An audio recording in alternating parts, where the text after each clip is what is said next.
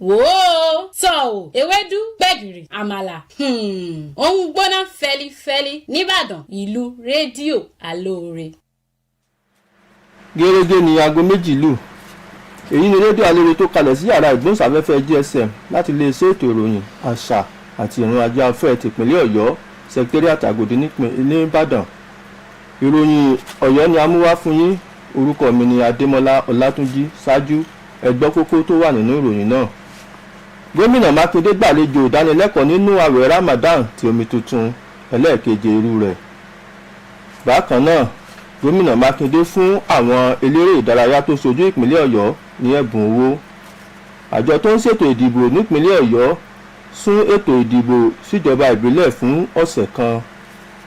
Ìjọba ìpínlẹ̀ Ọ̀yọ́ rọ àwọn ẹgbẹ́ apògùn nílẹ̀ Nàìjíríà ẹ̀ka tìpínlẹ̀ yìí láti fọwọ́sowọ́pọ̀ lórí ìdàgbàsókè ìpínlẹ̀ yìí.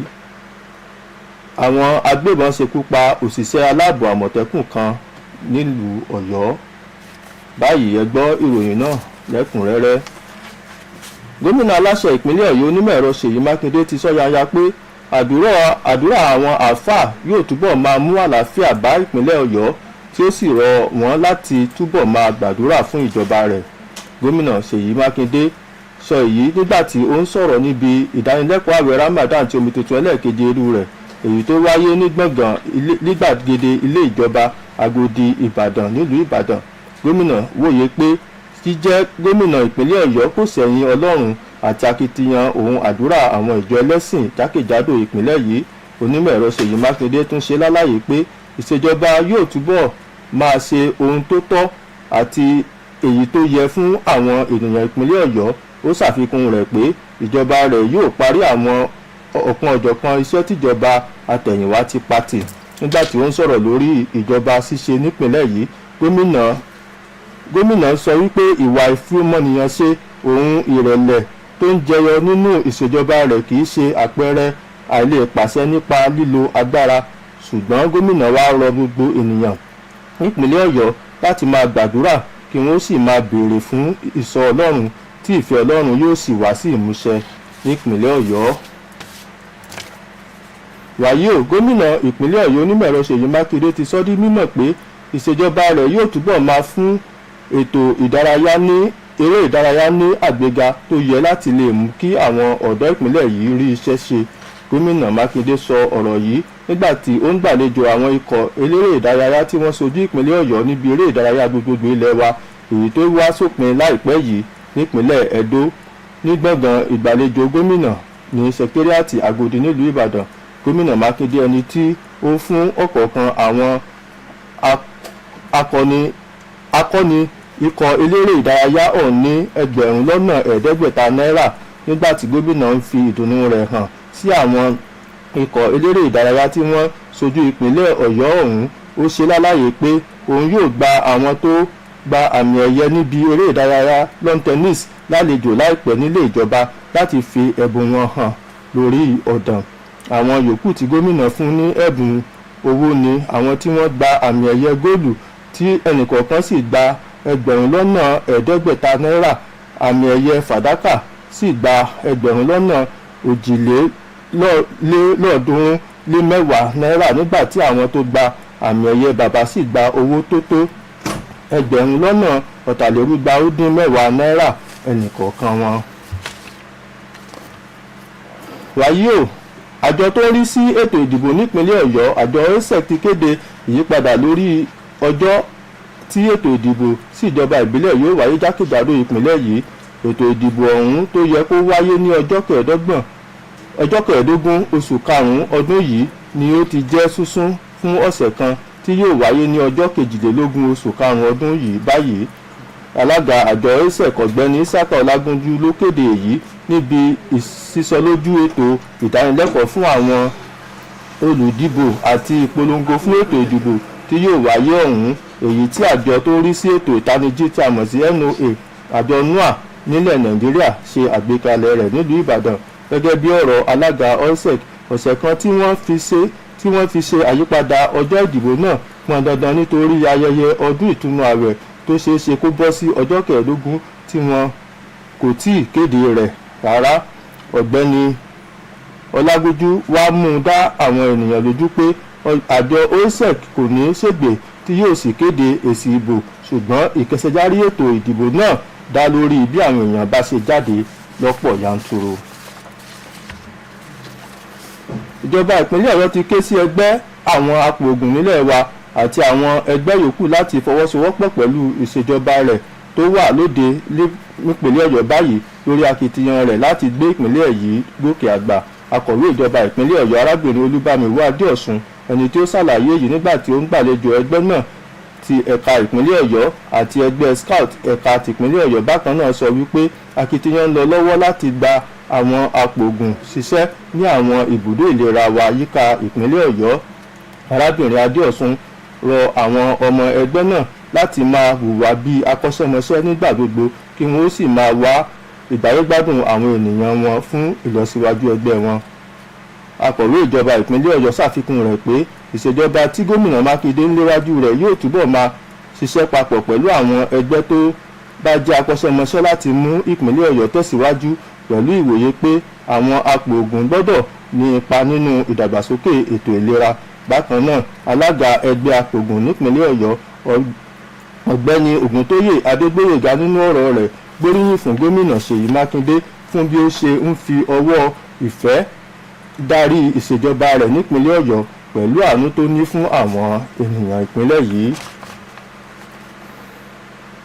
Ẹ̀ṣọ́ aláàbò Àmọ̀tẹ́kùn kan ọ̀gbẹ́ni Sulaiman Quadri ni àwọn agbébọn ti ṣekú pa nílùú Fìdítì nípínlẹ̀ Ọ̀yọ́. Ọ̀gbẹ́ni Quadri ẹni ọdún mẹ́ẹ̀ẹ́dọ́gbọ̀n ni ìròyìn fìdí rẹ̀ múlẹ̀ pé àwọn agbébọn tí wọ́n tó 11 níye dá ẹ̀mí rẹ̀ légbodò nígbà tí ó sin òṣìṣẹ́ inú ikọ̀ oko rẹ̀ lọ sí orí ilẹ̀ rẹ̀ tó sì ń ṣe ohun ọ̀gbìn nílùú Fìdítì ní ọjọ́ Ìṣẹ́gun. Àwọn agbébọn náà ni wọ́n rọ̀jò ìbọn sí òṣìṣẹ́ aláàbò Àmọ̀tẹ́kùn ọ̀hún àti ẹnìkejì rẹ̀ ọ̀gbẹ́ni Àmọ́rú Yíṣàù tí orí sì kó òun yọ, ṣùgbọ́n Quadri bá ikú òjijì pàdé látàrí ọgbẹ́ tó ní lásìkò ìdojúkọ ìbọn tó wáyé ọ̀hún. Ọ̀gbẹ́ni Yíṣàù ń gba ìtọ́jú nílé ìwòsàn ìjọba tí ó wà ní agbègbè Owódé nílùú Ọ̀yọ́. Ọ̀gá àgbà ikọ̀ Àmọ̀tẹ́kùn Ọ̀gágun Ọláyínká Ọlágúnjú tó ti fẹ̀yìntì jẹ́rìí sí ìṣẹ̀lẹ̀ náà, ó sì ṣe lálàyé pé ọ̀gbẹ́ni Quadri ni wọ́n ti sin ní ìlànà ẹ̀sìn Islam. Báyìí ni amúròyìn Ọ̀yọ́ tọ̀sán yìí wá sí òpin, ṣùgbọ́n kí n tó máa lọ ẹgbẹ́ kókó tó wà nínú ìròyìn náà lẹ́ẹ̀kan sí i. Gómìnà Mákindé gbàlejò ìdánilẹ́kọ̀ọ́ nínú ààwẹ̀ Ramadan ti omi tuntun ẹlẹ́ẹ̀keje irú rẹ̀. Bákan náà, gómìnà Mákindé fún àwọn eléré ìdárayá tó ṣojú ìpínlẹ̀ Ọ̀yọ́ ní ẹ̀bùn owó. Àjọ tó ń ṣètò ìdìbò nípínlẹ̀ Ọ̀yọ́ sún ètò ìdìbò síjọba ìbílẹ̀ fún ọ̀sẹ̀ kan. Ìjọba ìpínlẹ̀ Ọ̀yọ́ rọ àwọn ẹgbẹ́ apòògùn nílẹ̀ Nàìjíríà ẹ̀ka tìpínlẹ̀ yìí láti fọwọ́sowọ́pọ̀ lórí ìdàgbàsókè ìpínlẹ̀ Ọ̀yọ́. Àwọn agbébọn ṣekú pa ikọ̀ ẹ̀ṣọ́ aláàbò Àmọ̀tẹ́kùn kan ní Fìdítì nínú Ọ̀yọ́. Ẹ pàdé wa ní aago 4 fún ìròyìn àgbáyé ti òní. Títí di ìgbà náà, ẹ ṣeun tẹ́ǹtẹ́ ti gbọ́ wa. Orúkọ mi ni Adémọ́lá Ọlátúnjí.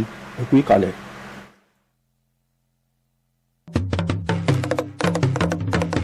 Rédíò Alóore lẹ̀ ń tẹ́tí sí láti Ìbàdàn, ìpínlẹ̀ Ọ̀yọ́, Nàìjíríà.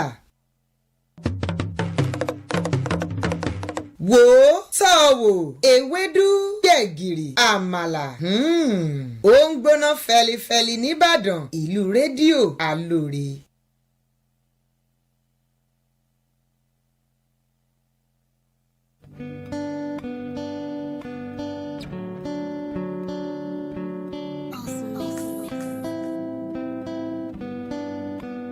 Mo ránú gbà ire wọlé wá, mo gba lẹ́tà kan, mo rèsì ayọ̀, mo rògè mo délé.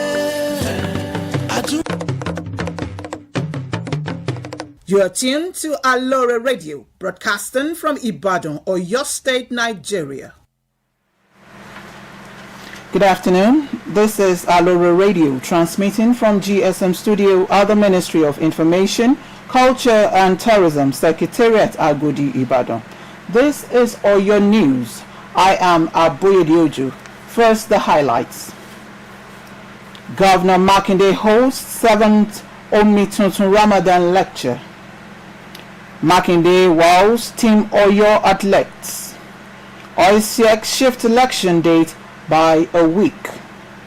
Oyo 6 PSN Scout Council support in state's development. Amotekun operative killed by unknown gunmen in Oyo. Now the news in full.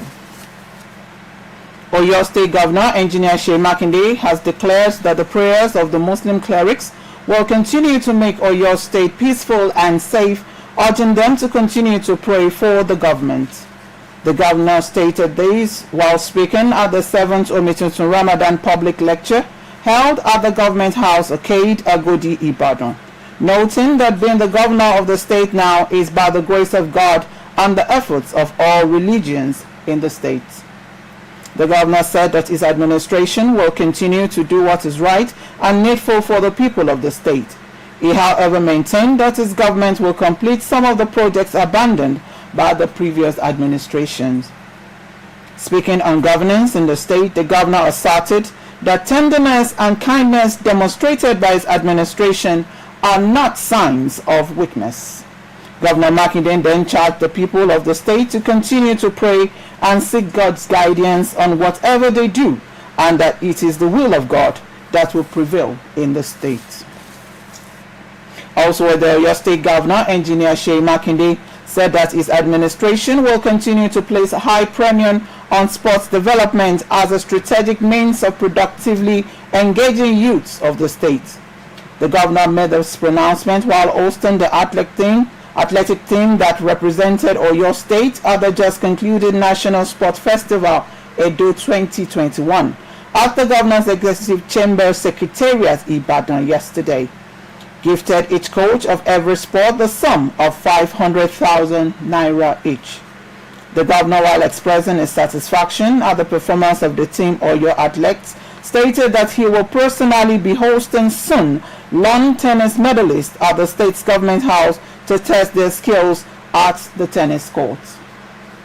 Others who were also gifted are gold medalists with a sum of 500,000 naira each, silver medalists with a sum of 350,000 each, while bronze medalists were gifted the sum of 250,000 naira each.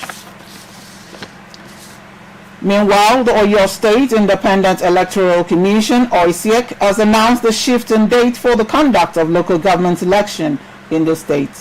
The election, which was earlier scheduled for May 15, 2021, date has been shifted by a week to now hold on May 22nd, 2021.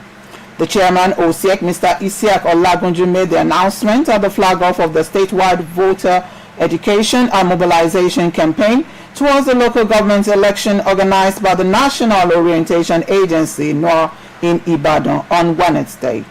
According to the OISEC chairman, the one-week shift became imperative in view of the discovery that the Eid al-Fitr celebration and holidays will fall around this period of day. Olagunju, however, assured that OISEC will be impartial and declare only ballot cast, stating that the success of the election is dependent on residents coming out en masse on election day.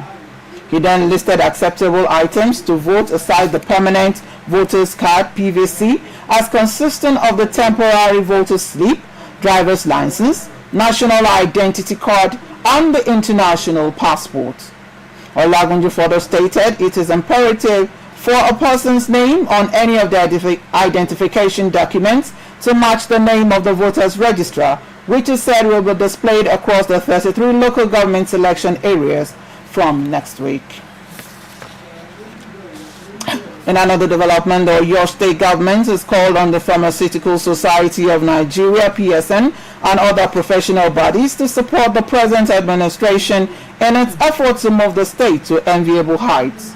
The secretary to the state government, Mrs. Olubamiwo Adeosun, who stated this while hosting the Pharmaceutical Society of Nigeria, Oyo State branch, and the Scout Association of Nigeria, said there was an ongoing plan to employ pharmacists across the health centers in the state.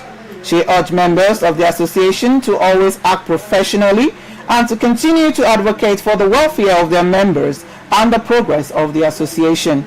She added that Governor Seyi Makinde-led administration would continue to work with professional bodies in order to move the state forward, hinting that pharmacists should be fully involved in the development of the health sector.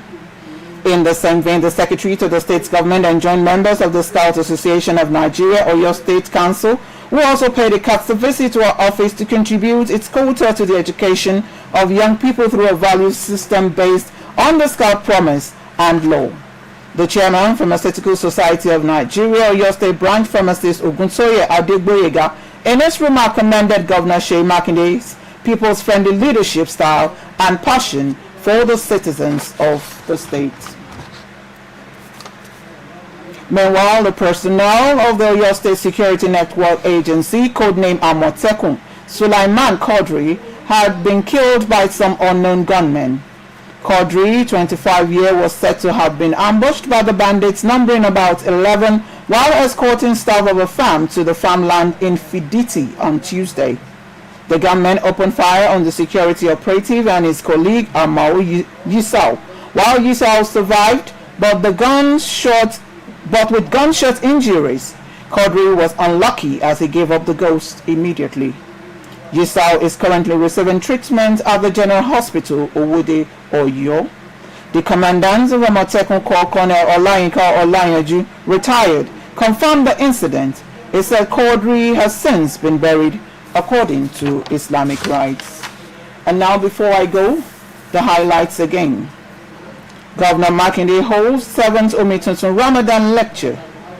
Makinde wows Team Oyo athletes. OISEC shifts election date by a week. Oyo 6 PSN Scout Council support in state's development.